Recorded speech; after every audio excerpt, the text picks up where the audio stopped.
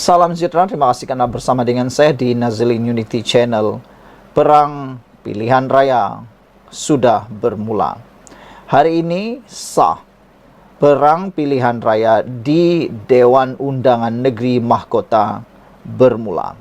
1 lawan 1.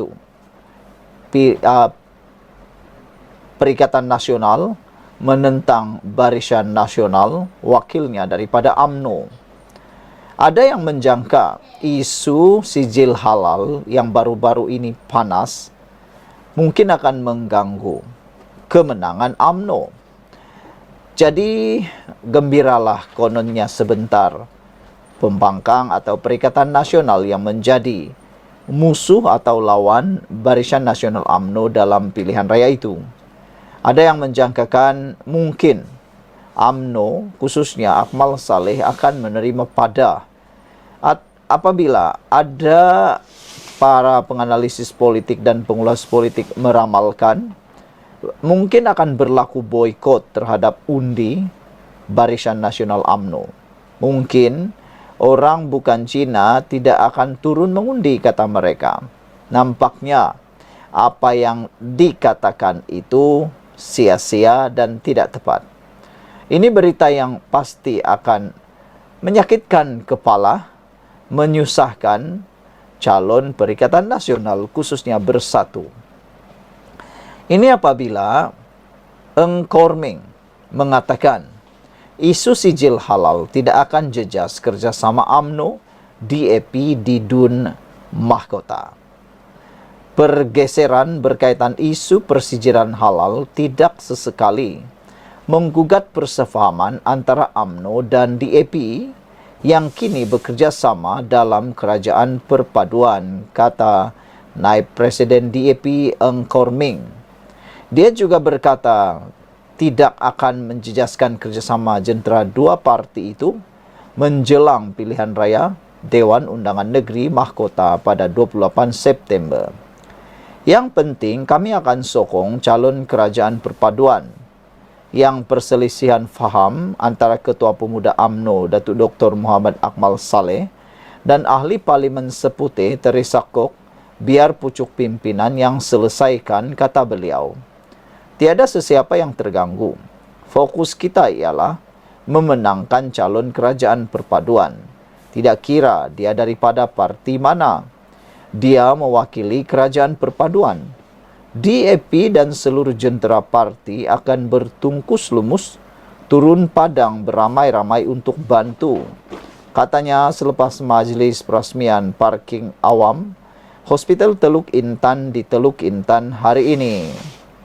Beliau berkata demikian ketika ditanya apakah pergeseran atau adakah pergeseran antara Dr. Muhammad Akmal dan Teresa Kok akan menjejaskan kerjasama UMNO dan DAP ketika PRN Dewan Undangan Negeri Mahkota. Ketua Pemuda UMNO bahagian Keluang, Syed Hussein Syed Abdullah, diumumkan sebagai calon Barisan Nasional BN bagi PRK Dewan Undangan Negeri Mahkota. Semalam dilaporkan, Teresa Kok mengemukakan surat tuntutan LOD kepada Ahli Parlimen Merlimau itu menerusi firma Sangkara, Nair dan Partners menuntut ganti rugi 25 juta daripada Dr. Muhammad Akmal atas dakwaan putar belit kenyataannya mengenai isu persijilan halal. Eng berkata, sokongan kepada UMNO pada PRK Mahkota juga sebagai manifestasi membalas budi kerjasama jentera UMNO ketika DAP memenangi PRK Kuala Kubu Baharu.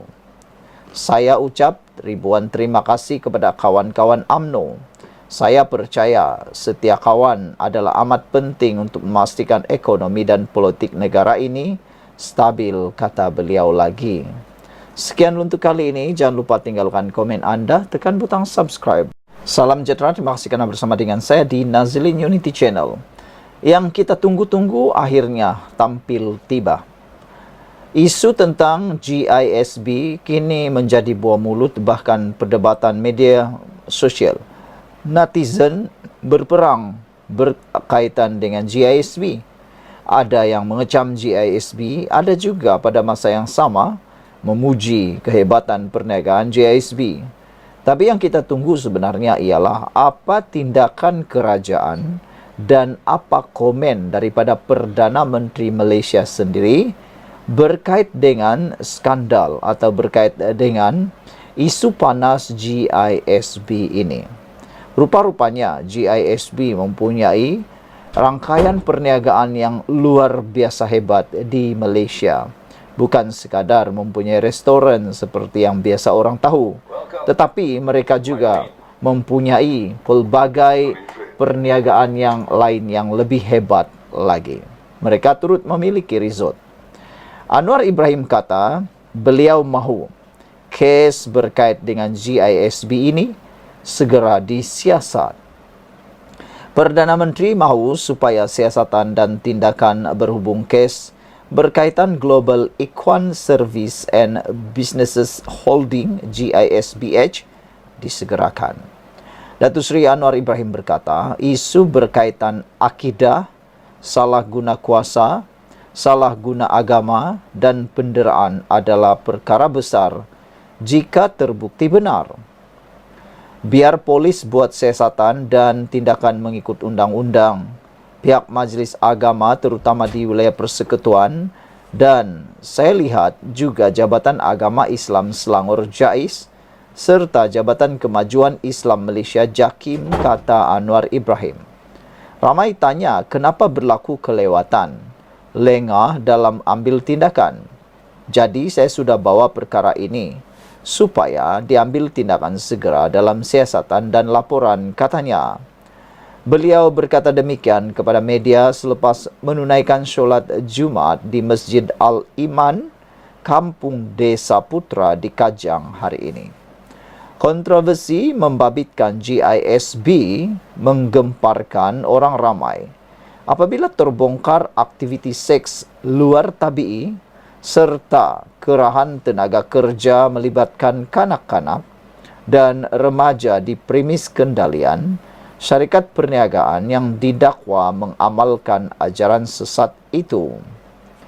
Ketua Polis Negara Tan Sri Razaruddin Hussein dalam sidang media pagi tadi mendedahkan, terdapat 13 kanak-kanak yang menjadi penghuni rumah pelindungan yang diserbu dalam Ops Global Rabu lalu disyaki telah dilewat. Jelasnya, ia berdasarkan saringan perubatan yang dijalankan terhadap 13 mangsa berumur di bawah 17 tahun yang menghuni di pusat perlindungan yang dikaitkan dengan GISBH di Selangor dan Negeri Sembilan. Saringan di 20 premis terbabit dijalankan dengan bantuan daripada Kementerian Kesihatan Malaysia KKM dan Jabatan Kebajikan Masyarakat JKM. Menurut Razaruddin lagi, pasukan siasatan jenayah pengubahan wang haram AMLA Bukit Aman turut sudah digerakkan bagi mengenal pasti setiap rekod transaksi berkaitan dalam menyiasat dana berkaitan rumah amal terbabit dan perniagaan lain jika diperlukan. Kita percaya pusat jagaan ini mempunyai penaja lain selain GISBH, katanya. Ada juga rumah orang tua yang menerima dana daripada GISBH dan sumber lain, katanya lagi. Kegemparan membabitkan GISB turut mendapat perhatian Mufti Perlis Datuk Dr. Muhammad Asri Zainul Abidin atau dikenali sebagai Dr. Maza, yang katanya wujud amalan tidak solat Jumaat, menjamakkan solat sepanjang waktu, selain darah bekam dan bulu pada anggota tubuh, dijadikan sebagai keberkatan. Sekian dulu untuk kali ini. Jangan lupa tinggalkan komen anda, tekan butang subscribe. Kita jumpa lagi. Bye-bye.